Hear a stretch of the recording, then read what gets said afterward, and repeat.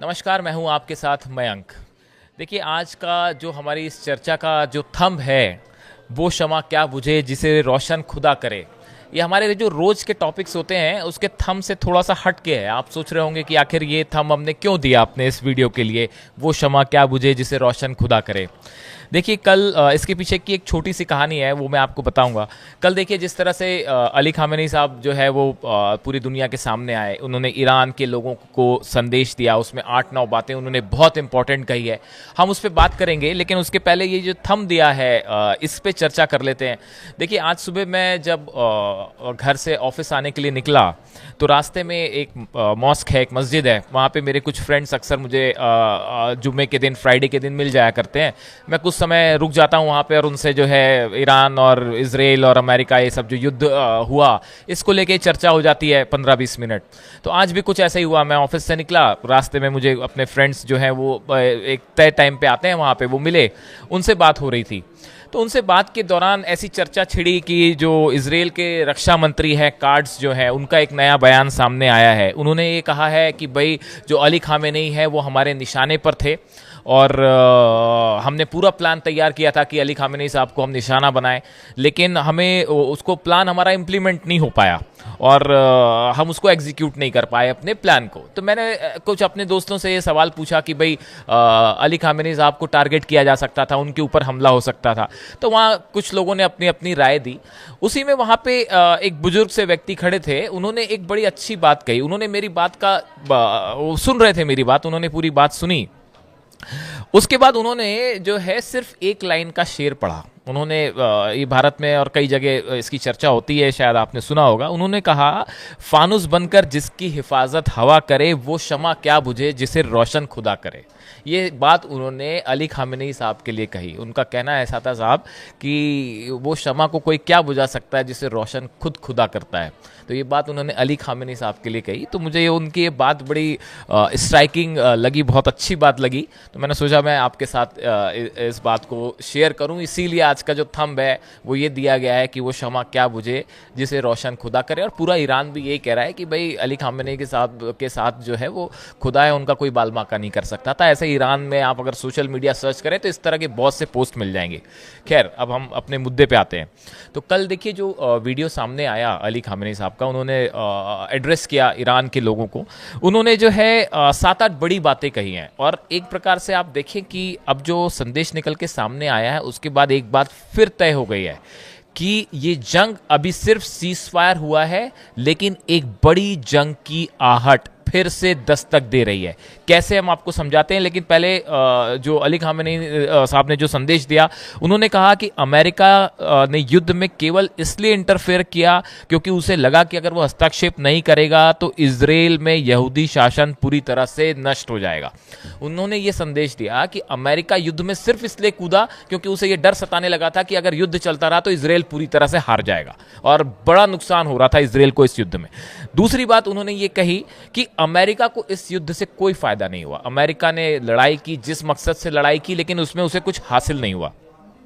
तीसरी बड़ी बात उन्होंने कही कि इस युद्ध में ईरान ने, ये अली खामेनी साहब कह रहे हैं कि ईरान ने इस युद्ध में अमेरिका के चेहरे पर जोरदार तमाचा मारा है। जिस तरह से अल उदैद एयरबेस पर हमला किया, उसे नुकसान पहुंचाया, ये एक बड़ा सेटबैक था अमेरिका के लिए कि उसके एक बड़े एयरबेस के लिए। अल उदैद एयरबेस देखिए इस पूरे मिडिल ईस्ट एरिया में सबसे स्ट्रेटेजिक पोजीशन है और जैसा बताया जा रहा है कि वहां पे 14 मिसाइल्स फायर की थी जो ईरान ने, उसमें से इस तरह की खबरें आई कि 3 मिसाइल्स ने हिट भी किया। हालांकि इसकी कोई पुष्टि नहीं हुई है, सिर्फ सोशल मीडिया पे ऐसी खबरें कभी इसकी कोई पुष्टि नहीं हो पाती है। उसके बाद देखिए उन्होंने चौथी बड़ी बात कही कि अगर भविष्य में फिर हमला होता है, अगर अमेरिका फिर हमें निशाना बनाने की कोशिश करता है तो उसको भारी कीमत चुकानी पड़ेगी। और जिस तरह से अल उदैद एयरबेस पर हमला हुआ, इसी तरह से अमेरिका के जितने एयरबेस हैं, चाहे बहरीन हो, चाहे कतर हो, चाहे यूएई हो, चाहे सऊदी हो, सब हमारे निशाने पर होंगे और सब पे हमला किया जाएगा। फिर से जो है ईरान करारा जवाब देगा। पांचवी बड़ी बात उन्होंने कही कि आत्मसमर्पण यानी सरेंडर की जो बात बार बार ट्रंप कह रहे थे, उन्होंने कहा कि भाई हमारी डिक्शनरी में, ईरान के डिक्शनरी में सरेंडर नाम का कोई शब्द ही नहीं है। किसी कीमत पे ईरान जो है वो कभी सरेंडर नहीं करेगा अगर जंग फिर से होती है तो। छठी बात उन्होंने कही कि Iran is a great country, Iran महान देश है और उसके लिए आत्मसमर्पण, सरेंडर जैसे शब्द का इस्तेमाल भी नहीं होना चाहिए। ये संदेश है जो उन्होंने ईरान की जनता को दिया कि भाई चाहे जो हो जाए, चाहे कितने बुरे हालात क्यों ना हो, किसी सूरत में ईरान कभी सरेंडर नहीं करेगा।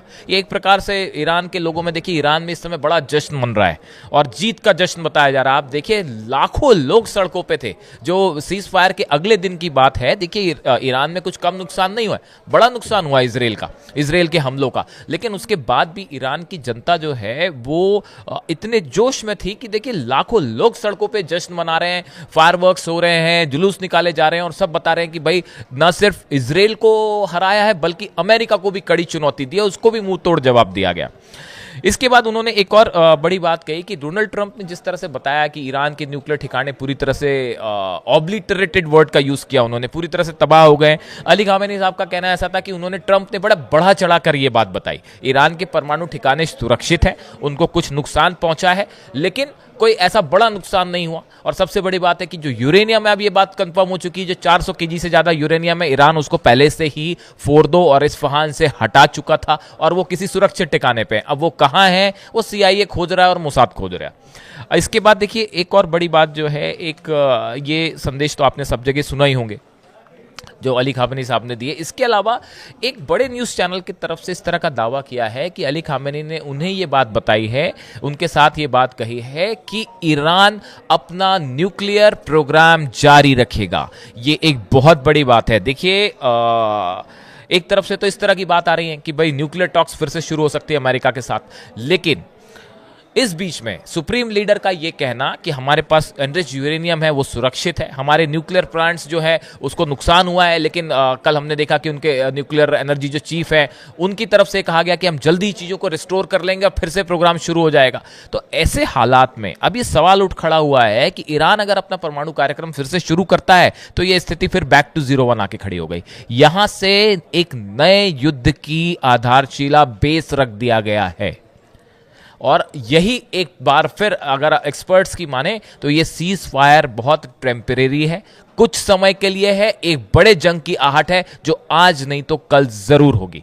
देखिए इसी बीच हमने कार्ड्स का जो जिक्र किया, इजराइल के जो रक्षा मंत्री हैं उन्होंने तो ये बात कही कि अली खामेनी जो है वो हमारे निशाने पे थे लेकिन हम कर नहीं पाए, हमें उन्हें खोज नहीं पाए।